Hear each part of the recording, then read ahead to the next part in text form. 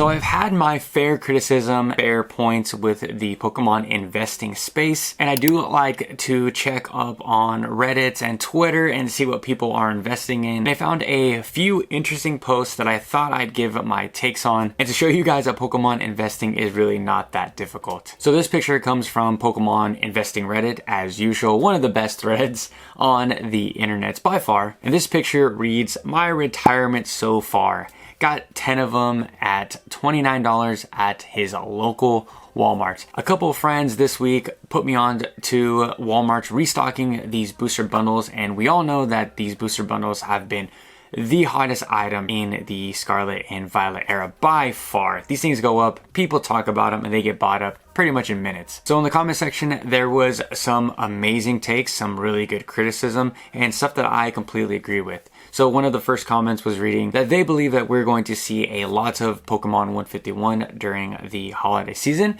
and I believe that is going to be the case. I know a lot of you guys don't have a Costco or a Sam's Club to pick up on those ETBs and UPC deals that were there, but I think that this set in English is actually going to surprise us with how much volume is going to be printed and is actually out there, and we're going to see this product for many years to come. Now, for that being said, I don't think that it's going to make this set any less investable.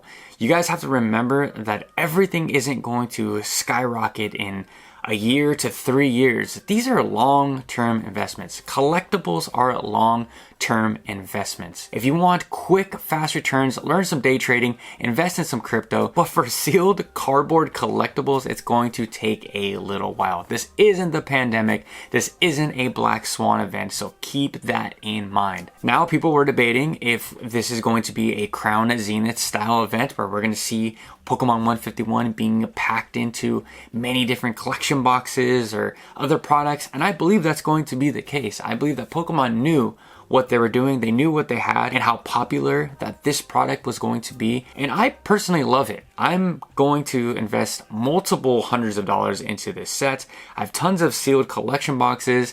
I have booster boxes from Japan. I also have a few UPCs that I'm going to keep sealed as well. I think they're all going to do well very long term. These are set it and forget it items. These are 5, 10 years down the line. And so these things are going to be actually worth your time and investment. And that's why I wanted to make this video. If you're not sure about the whole investing space, if you don't have a shop to move big chunks of items, just buy the most popular sets of the era and just sit on them. Put them in a box, put them in a warehouse, put them in storage, and just forget about them. Yes, you're going to miss on a few products here and there, but if it's the guaranteed winners like Pokemon 151, we all know that this set is going to be sought after for many years to come because it's Gen 1.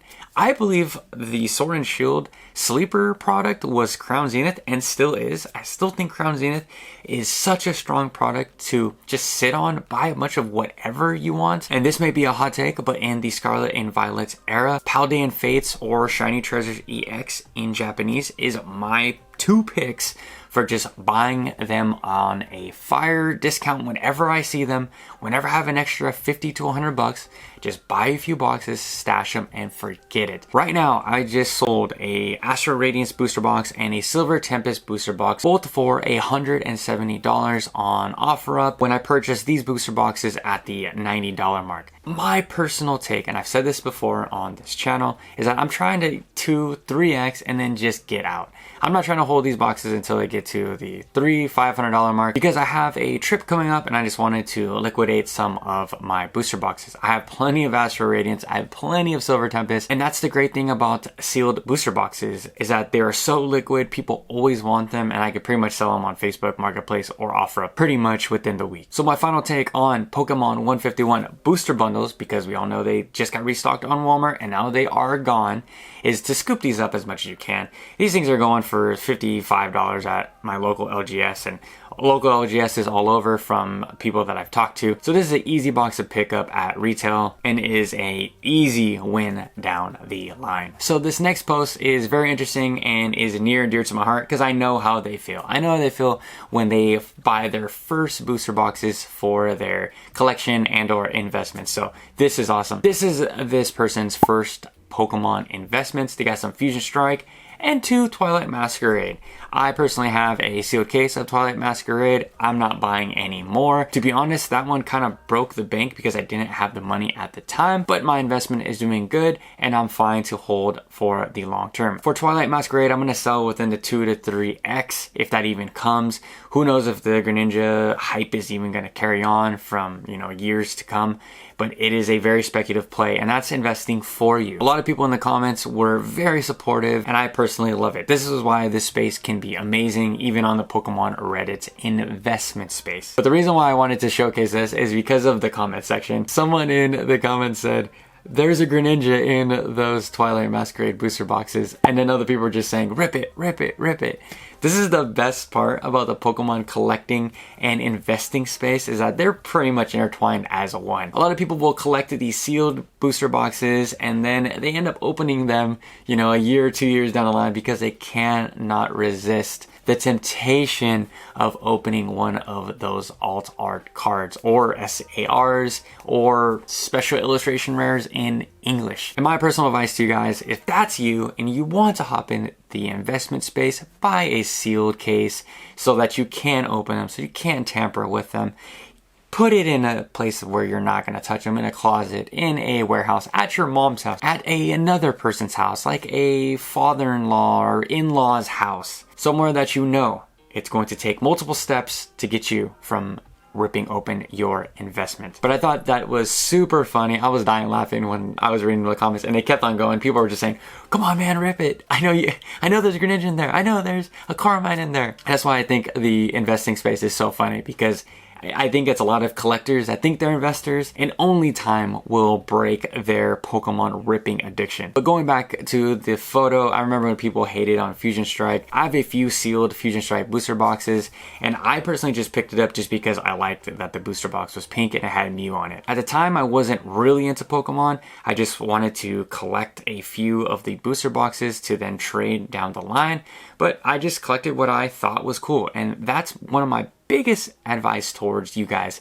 is to just collect what you like. If you like the booster box artwork just because it has one of your favorite Pokemon on there, just buy it, just invest into it, keep it sealed, keep it as an art piece in itself. And like I always tell you guys, invest in what you like and collect what you like. And if you're watching this video and this is your booster box sealed collection, I think you're doing a great job and this is going to pay off well over time. Booster boxes are probably the easiest things to invest in. They're probably the easiest to get. I personally recommend you not buying from the Pokemon Center because they don't care how they ship them. The booster box plastic comes all messed up because Pokemon doesn't put any like bubble wrap or anything. They're all flying around there. It damages the booster boxes, and I have 2 boxes that are absolutely destroyed of Fusion Strike, and 2 of them that are in pretty good condition, and 1 that's like really, really good. And I always wondered how that is going to affect the booster box price down the line. I know for collectors, they want that pristine plastic wrapping, but I guess if you're going to open it in like 10 years, you don't really care if the plastic is a little bit loose, but we will find out. And if you found any of this content useful or enjoyable, I appreciate if you guys leave a like, comment, and subscribe. It goes a long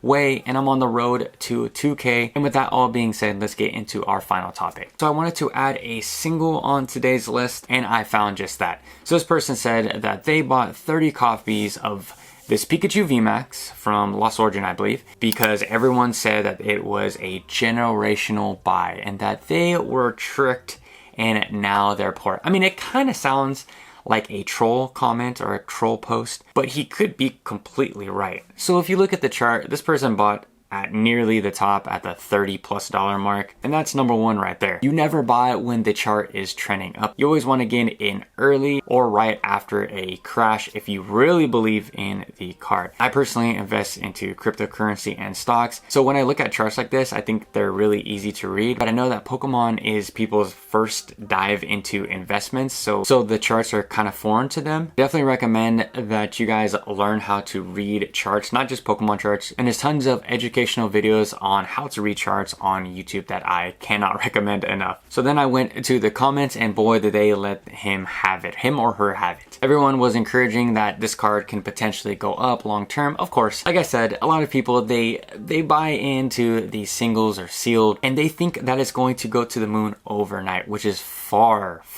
from the case, and especially not going to do this in singles. And I'm pretty sure this is a raw single, not even a graded single. That is a whole different video, an area that I'm not too knowledgeable in, so I'm gonna stay far away from that. But in the comment section down below, people were telling him to be patient, to just wait it out, that singles are just not as investable as sealed. And for me, for this person, if they're watching, I completely agree. I don't recommend purchasing a ton of raw cards thinking that they are going to change my life in 10 years, because with singles, you can go back to some of the most popular singles in these early sets, and even they don't perform that well. But then a person stated that look at Fusion Strike, look at a set like that where everyone thought it was so uninvestable that people weren't going to want it down the line, and then look where it is now. There always is an opportunity for sets in pretty much any single. I'm sure that most of you guys know that megas are coming back, so a lot of investors, they're looking at those mega cards, those older mega cards, and this is a perfect example of this, how a older gimmick coming back into modern is now investable and is now going to be looked at with a tons of eyes. People are going to start looking back into past sets because they believe that this is where all the eyes are going to travel. This is where the next gold mine is in the megas, which could totally be the case. I don't know, but we're gonna have to wait and find out. So if you're watching this video, I would recommend you liquidating a few of these cards. I mean, keep maybe 10 of them, and I'm sure you've learned a pretty valuable lesson. To not listen to everyone on the internet, to not go all in on one card. Who knows how much money this person spent on all these cards, but if he got a great deal on these cards, then I guess you can maybe keep them. Definitely think about grading some of these if you think they're gonna come back in a 10. That's a easy way to up your profits pretty fast. And as much as I like collecting singles, I don't like investing into singles. I just think that investing in raw singles are way too unpredictable. I don't know enough about grading to know if they're gonna come back in a 9 or 10. I just personally look at the card and I'm like, okay, the centering is good. I just opened it. There's no scratches on it. There's no whitening or dinks on the card. So maybe it's gonna come back a 9 or 10. Japanese products are pretty much perfect, and that they almost always come back as a 10. English cards can be 50-50. If you're grading ultra modern, they pretty much have to come back a 10. A 9 is pretty much a raw card in a nice slab. So I hoped that I made Pokemon investing a little bit less scary, and I hope I provided some valuable information for you guys if you guys are thinking about investing in the Pokemon hobby. If you like videos like this one right here, I'm gonna leave another one linked right around here.